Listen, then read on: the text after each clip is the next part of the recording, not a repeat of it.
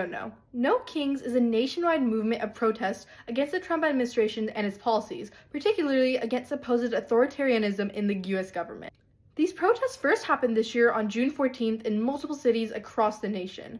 This one where I went was on October 18th, the second wave. Let's talk to some of the people here.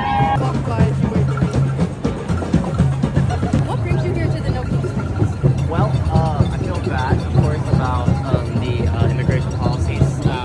The fact that there isn't like a nationwide movement for the fast tracking of immigration. There's absolutely no reason that it needs to take years for anybody to get to this country, and there's no reason for it to be as expensive as it is. It makes the immigration policy favor those who come for money and does not allow people who don't come for money to showcase their strengths here in America, which has its really rich history founded on colorful history. We see these people come and they do great work, and then people who look like me come and hate them, and we're still seeing it today in 2025. It's about time to just open America's borders. Let us in. I get your point, but some people argue that 3% of our nation is undocumented. What's your response to that? What exactly is keeping us from making those 3% be a part of the 97% that are legal? Why do their papers cost thousands of dollars and years of their time? There's no reason for that. The reason is we only want rich people, that our administration or the rich 1% want people to come over here. They pick and choose. There's no reason. We have enough money, we have enough land, tons of empty houses that are still too expensive. That's a whole other discussion, but they can be filled by immigrants who want to come here and they want to do great work.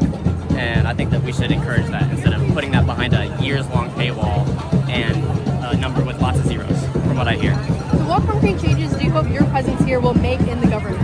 I don't need anybody to speak for me, largely because I'm not white, I'm a minority, right? And so seeing a bunch of people who look like me, as well as a bunch of people who are actually like under oppression coming together, I just hope that they see that like our country servicing the rich and the white, it has to end.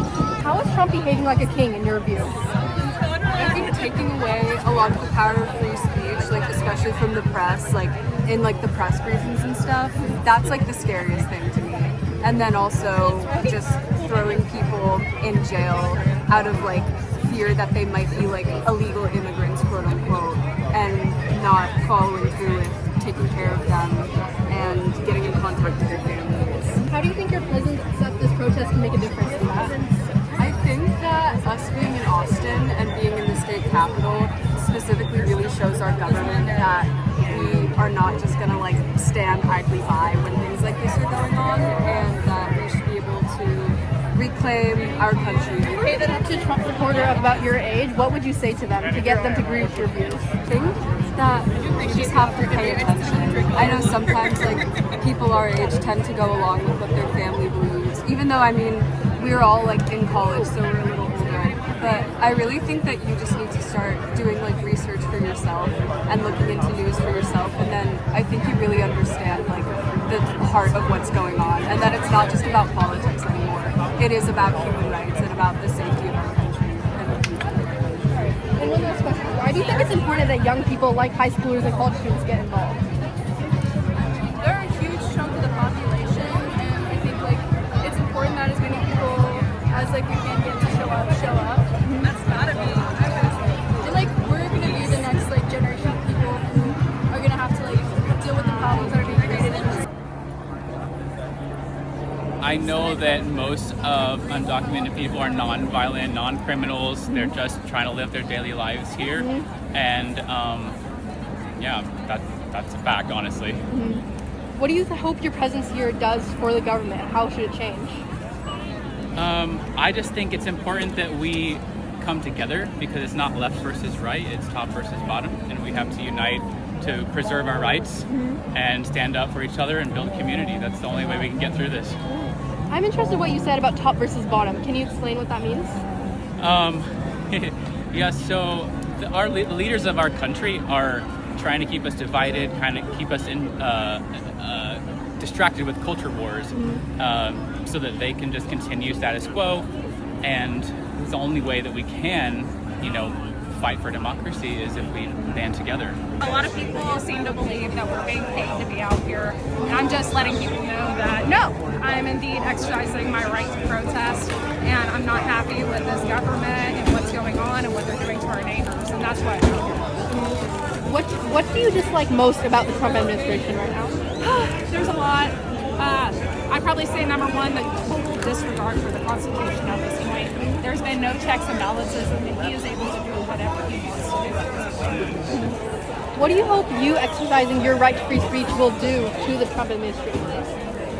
I'm not saying that these protests, like us collecting and doing this, is doing a lot per se, but it makes me feel better. I feel like I'm around like-minded people and showing that there are people out here who disagree with the Trump administration and what they're doing. Okay, and if you could say one line that summarizes your views on the Trump administration, what would you say? Assault on our freedoms. He's a pedophile. I think that should be enough. He's a pedophile. Dictator. Heavy on the dick. How do you feel about the fact that the governor has National Guard on standby in case it's needed here? Well, you're talking about Governor Abbott? Yes. So that I can kind of understand, because when you get such a large crowd together like this, it's always a risk of what could be unpredictable and what could happen. So having them on standby in reserve, I can kind of get that. Well, pardon me, but that feels contradictory to your earlier statement that you think it's unconstitutional. How would you respond to that? When you ask Governor Abbott then to send or to take his National Guard and send it into Illinois, or send it into Oregon, that's unconstitutional. The National Guard is at the disposal of the governor, not the president. You know, in a lot of cases, it's going to fall on the courts. But in other cases, you know, I wish Governor Abbott had a stronger voice to simply work with and communicate to the president that what he's doing isn't right. But that isn't Governor Abbott's way, apparently, unless he's doing it behind closed doors and silently, which I very much doubt. It's really about the Republican governors. It's about the Republicans in Congress. They're simply not using their voices that they were elected to do to support and protect the people that elected them. If you don't say anything, silence is complicit. Like, what do you think of the recent ceasefire between Gaza and Israel? Did Trump do the right thing there? A ceasefire is certainly sorely needed, but as I understand it, the ceasefire doesn't do much to help Palestinians gain self-determination, and that's a problem. Until that conflict is resolved, there's always going to be problems. If you had one message for our local Republicans, or even Trump himself, what would you want to say? Just go away. Just go away. I had the opportunity to talk to just a handful of the 20,000 plus Austinites protesting the Trump administration. Broadly, I'd say the most common concern was the violations to the Constitution, especially of free speech rights and due process, particularly in the areas of illegal immigration and protesting. Look, I'm not personally someone who would participate in one of these protests, but that doesn't mean I'd participate in a protest on the other end of the spectrum either.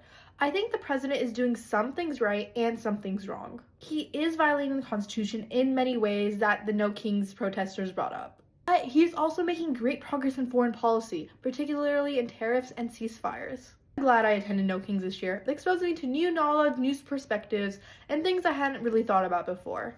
I encourage everyone, not just young people like myself, but everyone, to expose themselves to new political perspectives, whether through media, protests, or just general research. Thank you for watching, and follow for more political coverage and honest cultural and political opinions. Bye now.